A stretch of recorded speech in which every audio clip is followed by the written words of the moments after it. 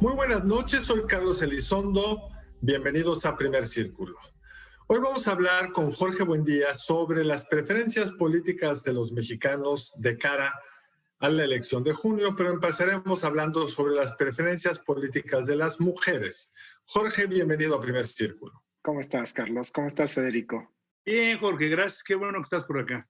Jorge, tú has escrito mucho recientemente sobre cómo van las elecciones o cómo va la intención de voto del elector. Cuéntanos un poco, ¿cómo sientes el voto de la mujer? Algo has escrito, es decir, ¿le está pegando a Andrés Manuel la terrible decisión de apoyar a un presunto violador? Bueno, en términos generales, las mujeres han sido un sector de la población que no han sido tan entusiastas con la figura de López Obrador como el sector masculino.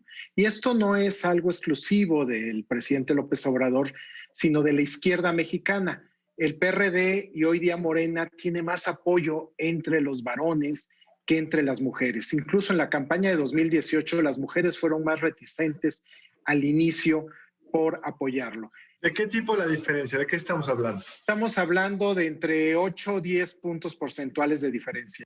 Los hombres votan mucho más por Morena que las mujeres. Y aquí tienes un claro ejemplo, el tema de violencia de género, el caso de Salgado Macedonio, es un caso clarísimo de lo que se llama en la literatura un tema cuña. Es un tema que divide a la base electoral de Morena y del presidente López Obrador, y lo divide en dos sentidos.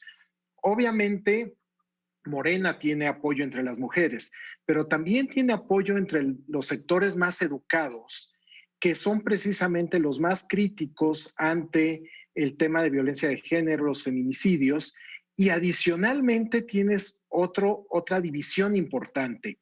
Te fractura el apoyo en la Ciudad de México. Todos sabemos que la Ciudad de México ha sido históricamente una fuente de votos y de respaldo para el presidente López Obrador, y es aquí en la Ciudad de México donde se ha dado con mayor claridad pues digamos el rechazo a la violencia de género y la exigencia de que se haga algo para que se acaben los feminicidios, ¿no?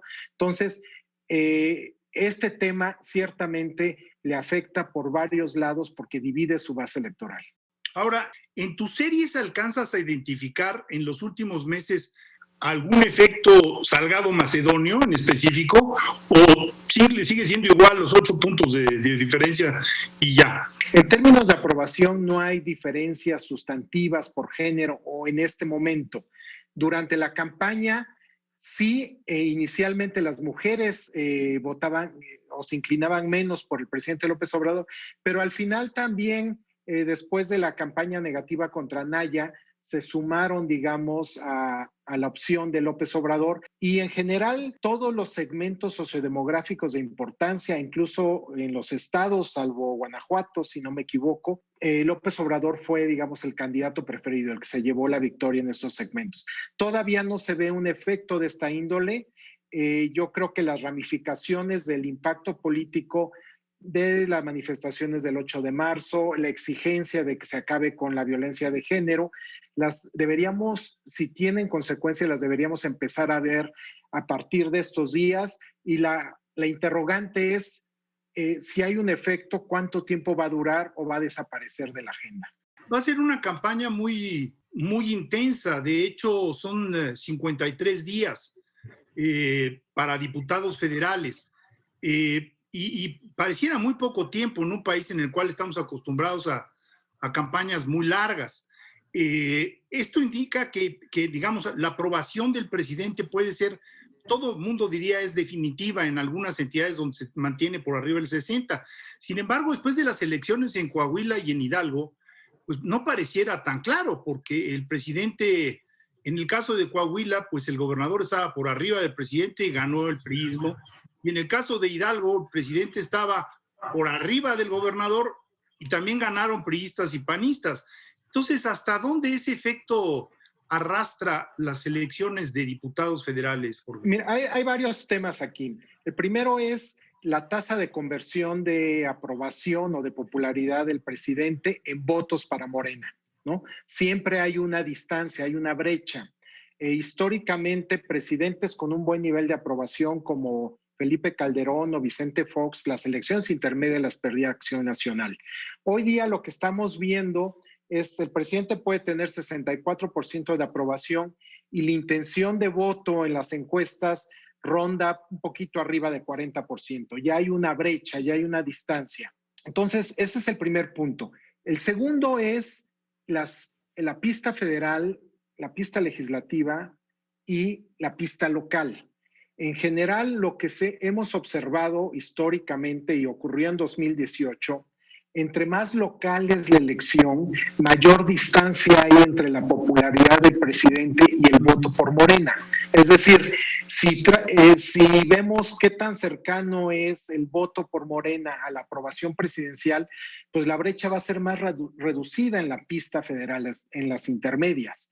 Pero ya cuando te bajas a nivel de gobernador o a nivel de alcaldes, ya tienes diferencias muy, muy importantes. ¿Y por qué? Pues básicamente lo que estamos aquí presenciando es un voto dividido de manera muy clara, que es mucho más fácil tenerlo cuando tienes candidatos locales que son populares o que le pueden contrarrestar, digamos, a la imagen del presidente López Obrador. Por darte un ejemplo de 2018, cuando López Obrador estaba en la boleta. En Chiapas él sacó cerca de 64% de los votos. Morena sacó para gobernador, sacó alrededor de 40, un poquito más, un poquito menos, y para alcaldes ya estuvo arriba del 20% en promedio, ¿no? Entonces, hay brechas muy importantes. O Chihuahua, ¿no? El presidente López Obrador se lleva el estado, pero, por ejemplo, en Ciudad Juárez gana un candidato independiente y en la capital Chihuahua gana Maru Campos por Acción Nacional, ¿no? Entonces, ahí tenemos el caso de voto dividido. Yo creo que lo vamos a seguir observando, pero la pista local sí es diferente a la federal. En la federal, en las elecciones intermedias, sí debemos esperar una asociación mucho más estrecha entre la popularidad y el voto por Morena. Un tema que es difícil medir a esta altura, supongo, Jorge, es cómo va el votante ajustando sus preferencias cuando su opción primera no tiene probabilidad de triunfo. En un régimen donde no hay segunda vuelta, o sea, a lo mejor eres más antipriista o eeres más antimorenista y aunque eres panista, si te vas rezagando tu candidato, pues tienes que escoger por uno de los dos. Estoy pensando, por ejemplo, en Nuevo León, donde la contienda está cerrando entre Morena y el PRI. ¿Cómo traes la medición de la segunda preferencia y qué tanto fenómeno de sustitución de candidato esperas ver a lo largo de esta campaña? Yo creo que va a ser mucho más probable que ocurra este voto estratégico, voto útil en las elecciones de gobernador o incluso de alcaldes, ¿no? A nivel federal se ve más complicado por una simple razón. Acción Nacional y sobre todo el PRI generan más rechazo que Morena. Morena tiene muy buen posicionamiento. Para que te funcionara o para que funcione el voto estratégico, realmente tienes que rechazar, tienes que tratar de evitar a toda costa, por ejemplo, que gane Morena, ¿no? Si eres votante del PAN, pero el PRI es el que tiene posibilidades de ganar, realmente te debe importar más o quieres evitar el peor escenario que para ti sea que gane Morena, que gane el PRI. Como el PRI tiene tantos negativos, yo creo que en las intermedias va a ser más complicado que se cumpla esa función. En cambio, en las elecciones de gobernador o de alcalde, pues no necesariamente son las marcas de los partidos los que imperan, son los candidatos y ahí sí ciertamente pues el posicionamiento de Morena puede pasar a segundo o tercer lugar. Hay que señalar de manera muy clara, Morena está ahorita en un paraíso en términos de posicionamiento. Todavía se le ve como el partido outsider, no está pagando los costos de gobernar, tiene muy buenas opiniones positivas, tiene pocas negativas, digamos, el desgaste de gobierno no se ve en los números de posicionamiento de Morena. En cambio, PRI y PAN vienen arrastrando un posicionamiento difícil, en el PRI claramente negativo, pero en el caso de Acción Nacional en particular se acentúa a partir de 2018. Ahora, se ha dicho mucho que los gobiernos locales me refiero concretamente a alcaldías, de la gestión de Morena han sido particularmente desastrosas y que esto puede generar, en fin, puede generar cambios en ese nivel de gobierno, en ese orden de gobierno.